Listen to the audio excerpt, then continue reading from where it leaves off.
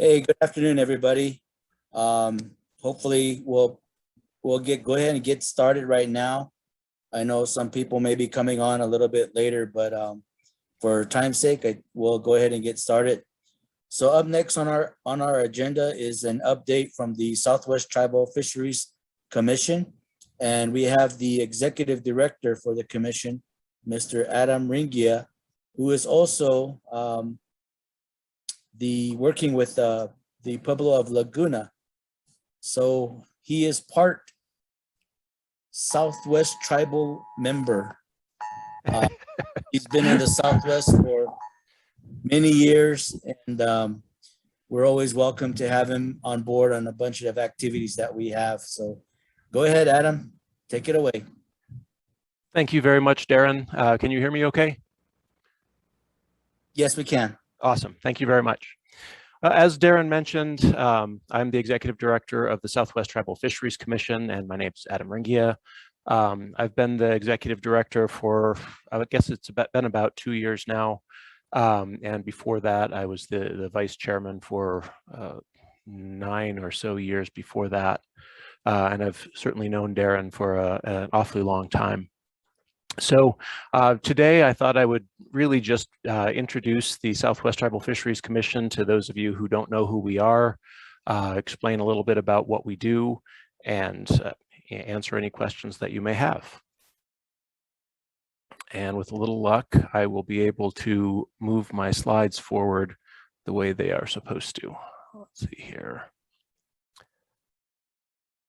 I have found that sometimes you just have to click on it once to kind of wake it up, and then it'll work. There we go. All right. So this is this isn't really an active slide. It is kind of to tell you where I'm going. This will be an introduction again to the Southwest Tribal Fisheries Commission, who we are, what we do, when we arrived on the scene, where we think where our active area is, and why and how we do what we do. So enjoy this lovely fish pike from Glenn, our vice chair. So the WHO of the Southwest Tribal Fisheries Commission is currently 19 tribes from around the Southwest. We started out with I think about 9 tribes, including Jicarilla and Navajo and Laguna and Southern Ute and a number of others. Over the intervening years, we have added a number of folks to our commission, and we are interested in adding more. So if you are interested in joining, we are always happy to have more folks join. And just as a point of reference, we don't currently charge any membership fees, although that may change at some point in the future. At this point, it's easier to keep folks coming to the meetings when you don't charge them money all the time. So if you have an interest, please let me know, contact me. My information will be on there later on, and I'm sure it is in the HUVA guide to this as well. Currently, our officers are Jacob Mazzone from the Jicarilla Game and Fish. He's the chairman. Glenn Selby from Navajo Game and Fish is the vice chair. Steve Whiteman is our treasurer and secretary, and has been since the inception of the commission an awfully long time ago. So we're super glad that he likes us enough to stay with us and works for the Southern Ute Wildlife Division. And then myself as the executive director who works with Laguna Environmental and Natural Resources Department. My current job with Laguna is as their water rights manager. So I deal with a lot of water issues, and there's a lot of good cross-pollination between what I do for the commission and what I do for Laguna. So it works out very well. Our mission and vision is to advance tribal self-determination and tribal stewardship of fisheries resources. We try to get there through professional development and support for resource management programs. And we also would like to be able to provide technical skills and support to move individual tribal fisheries programs forward from the idea phase into reality. And we'd like to do that by helping the tribes work with other governmental agencies or non-governmental folks and advocate for those projects on a larger level in order to obtain funding and support. We also provide trainings directly to folks at some when we have a good topic and enough people interested. Doesn't like my forward arrow. Let's see here. There we go. Where we are, this is our region, just like the Native American Fish and Wildlife Society Southwest region. We cover Southern California, Nevada, Utah, Arizona, Colorado, and New Mexico. The majority of our tribes are in New Mexico, but we do have folks in Nevada, Utah, Arizona, and Colorado as well. We do not currently have any in Southern California, but are certainly interested in expanding to that area. The tribes that are listed in red here are some of our member tribes. Obviously, it is not the full 19 tribes, and I'm sure in looking even at Laguna's lands on here, the map is sorely out of date with expansions of tribal lands. But we do try to cover the whole area when we can, and even sometimes work on a more national scale. As a sort of side note about some of our work, I was nominated and selected to be on the National Fish Habitat Partnership Board right before right before COVID started, but also before the congressional legislation went through that funded the organization. But since that time, there has not been a representative for the tribes on the NFHAP board, although there are 2 members that should be, and hopefully will be soon. So going back to the when, this is a brief history of the commission. Originally, we were formed in April of 2002 as a result of the closure of the Mescalero National Fish Hatchery, which was run by the U.S. Fish and Wildlife Service, and the chronic lack of funding and maintenance at the El Chusay and Williams Creek National Fish Hatchery complexes. So we were concerned that the tribes would not be able to continue getting the fish that the service was providing, and thought it would be a good idea to take over. And originally the idea was to take over more than just the Mescalero fish hatchery. But we got that far, and I guess some additional funding has gone to El Chusay and Williams Creek, and they have managed to stay in action in the time since.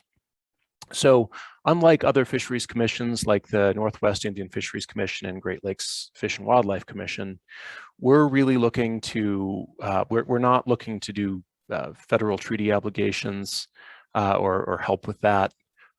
As you may be aware, at least if you work for a Pueblo, we don't usually have outside treaty obligations, treaty lands, because the Pueblos were created differently than a lot of the tribes were. So we're really looking to, again, help the tribal fisheries programs get up and running, provide technical trainings where we can, or bring federal or state partners in to those trainings for a larger group than perhaps would be possible for just a single tribe, and advocate again for those as we move into the future. So what do we really do? How do we do it? Well, largely we do it by communication.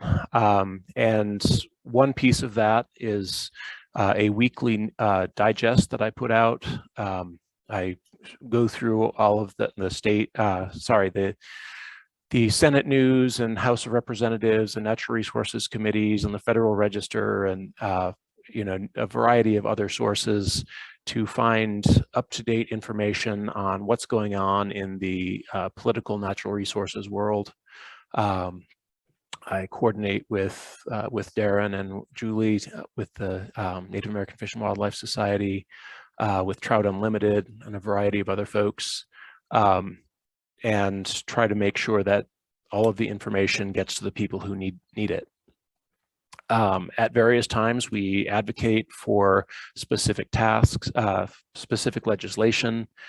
We put together letters to every single congressperson in the last Congress for the Recovering America's Wildlife Act when it was initially put in, and provided our resolution as support for that as well.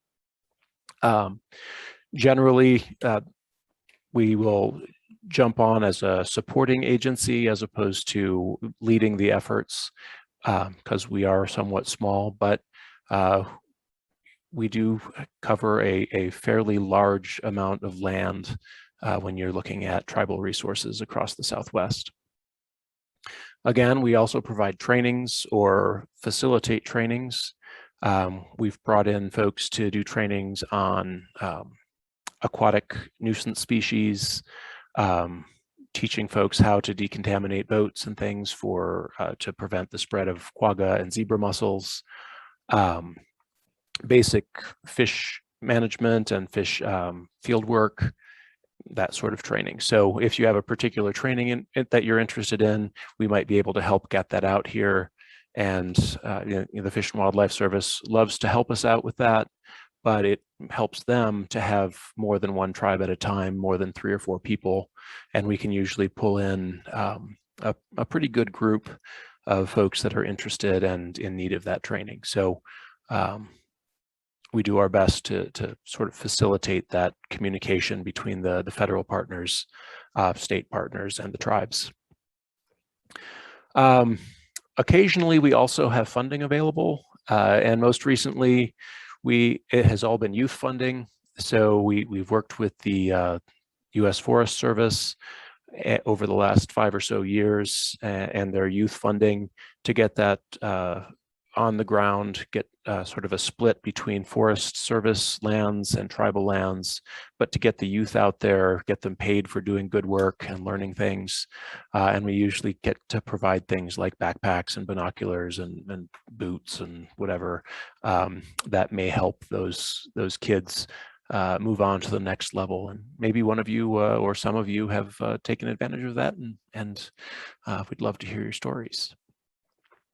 But again, we try to pull together all of the resources and share that with our member tribes and others. I'm not very restrictive when it comes to sharing my information. So, I get information from John Neisted and from Chris Kitchion and from Darren and Elvita and others, and share that all out pretty broadly. I also stay active with the Western Regional Partnership, which is another interesting group that looks at natural resources issues, especially where they interact with Department of Defense throughout the Southwest, and do my best to share that information with the other tribes that don't participate in the group as well. And sometimes some really interesting stuff has come out of those. So it's been a great partnership for me so far.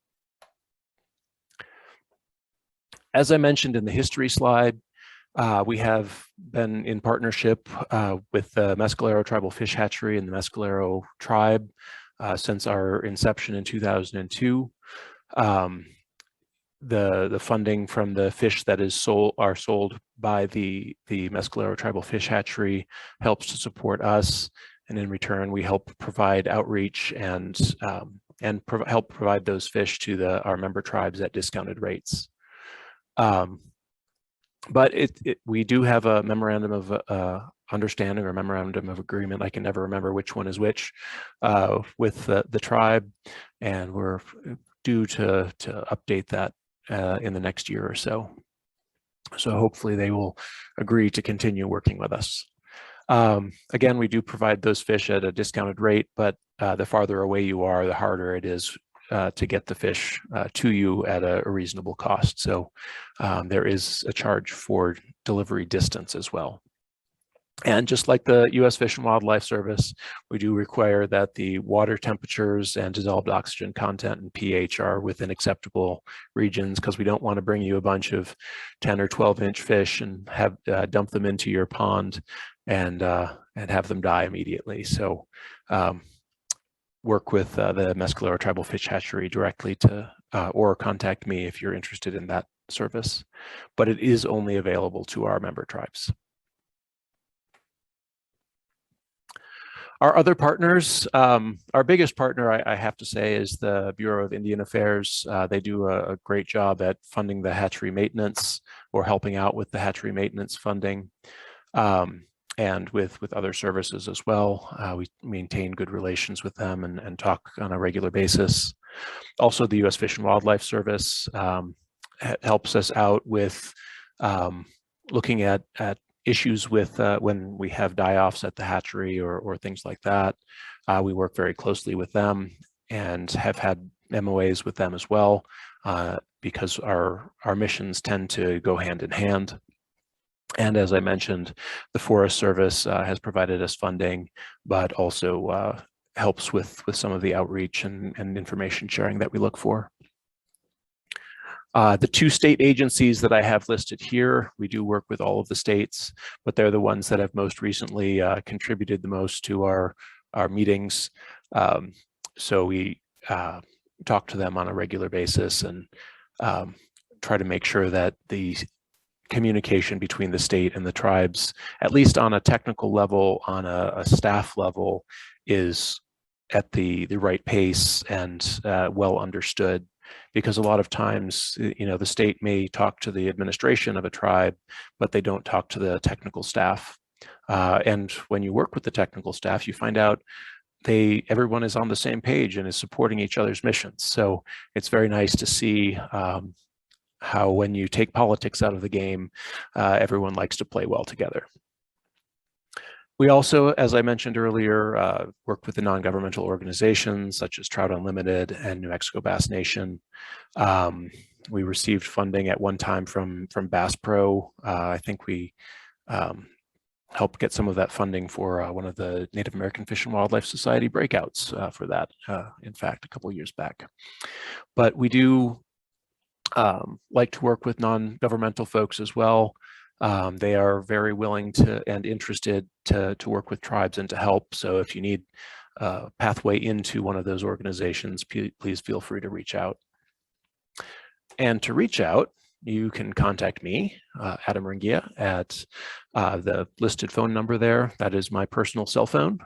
So if I'm at my office, you've got about a 50-50 chance whether I'll drop the call or not, but email is certainly pretty reliable, and mine is pretty darn easy. So if you can remember my name and that it's Gmail, you can figure it out. But there it is. As I mentioned a couple slides ago, I do put out weekly email updates in the form of a little digest. I would love to also be able to share your stories and your pictures. So if you have things that you'd like to share, field work, just a picture of your stream, something that you're proud of, I'm happy to put those either in the email updates, or I put out a picture every weekday on our Instagram account also, which is as listed there, Southwest Tribal Fisheries Commission. If you're interested in more information, more detail on these, on our member tribes or anything like that, we do have a website that is www.swtfc, Southwest Tribal Fisheries Commission.org. And I try to keep that up to date, but I've been a little bit lax over COVID, when it seems like I should have had much more time. It seems like I've had less time to do everything. And yes, there are meetings, just like Alcoholics Anonymous, we have meetings. Hopefully ours are a little bit more fun. They have been Zoom for the last year and a half, and will be at least our next one, which is next week, Thursday. They tend to be on Thursday mornings, generally every quarter. So January, April, August, and then October, November, somewhere in there. In the past, we've always held them at BIA in Albuquerque, or usually at BIA in Albuquerque. And when we do them in person, I bring food. I bring bagels and donuts and coffee and healthy snacks too. So we try to bribe people to come to our meetings, and our annual meetings are in April. So that's the most important one to come to if you're a member or want to be. And then nearly the end here, the contacts, if you're looking for a general business location, send stuff to the Mescalero Tribal Fish Hatchery, which apparently hatchery got chopped off there. For financial business, send things to our Ignacio address, which is listed here at the bottom. And for day-to-day needs, contact me. So just shoot me an email and I will respond, or try calling me and I will, again, try to respond. And I will leave you with a fancy fish dinner. It looks, I have to say, it looks less than appealing to me in that state. I like my fish to be more filleted than that, but it looked like a fun one to me. So with that said, I will be happy to take any questions. And it looks like there's a couple of things in the chat, but none of them are questions. Okay, so I have Butch that has his hand raised. So go ahead, Butch. Thank you, Darren. Adam, in regard, I'm hoping that you were able to listen in on Gloria's presentation this morning, and I'm sure we'll hear more this afternoon from the U.S. Fish and Wildlife Service. But in regards to the discussion on the Native American policy, can you kind of share with us how you see that relating to the commission? I did not manage to listen in this morning. Unfortunately, I'm living a double life of 2 jobs, so I don't always get to choose, but I have been involved in the Native American Policy Implementation Plan for the Southwest, not quite since the beginning, but for a while.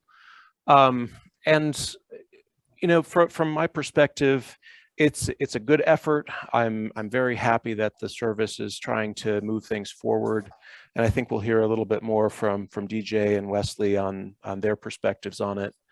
But, you know, we work very well as a commission with the service.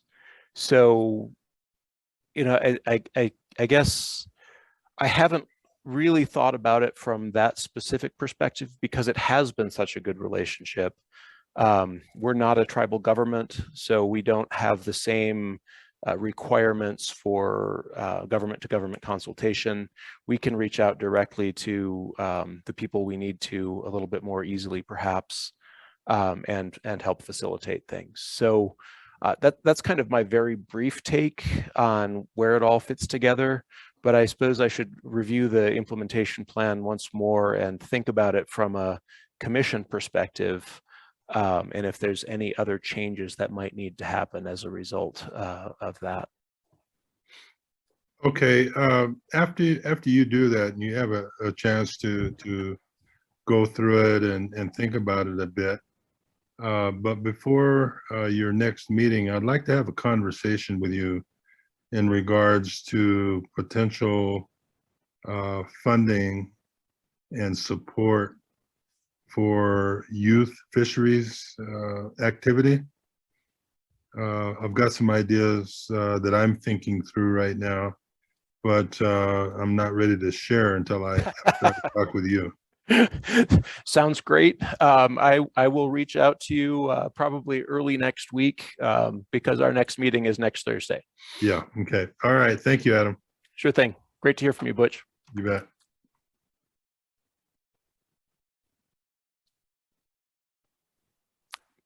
Darren, you're on mute. Thank you. I don't see anybody, any other questions or hands raised at this time. But if you have anything you would like to contact Adam directly, you can send him an email. I would encourage a lot of the tribes to at least get on Adam's email listing. He provides a lot of good information in not only just fisheries, but just other information in general. And it would be good to try to attend and meet one of his meetings. They're very informative, and they have a lot of good things that they're working on, and not just for the bagels and whatnot, for the information. And they have a lot of good staff, and a lot of the member tribes are always willing to help out and reach out to other tribes as well. So thank you, Adam. Thank you, Darren. And, you know, one of these days, Hopi's going to have to join, even though you don't have any water. Yeah, we're working on it. This pandemic is cleared and done. I think we'll be able to get things taken care of a little bit more easier. Appreciate it. Thank you.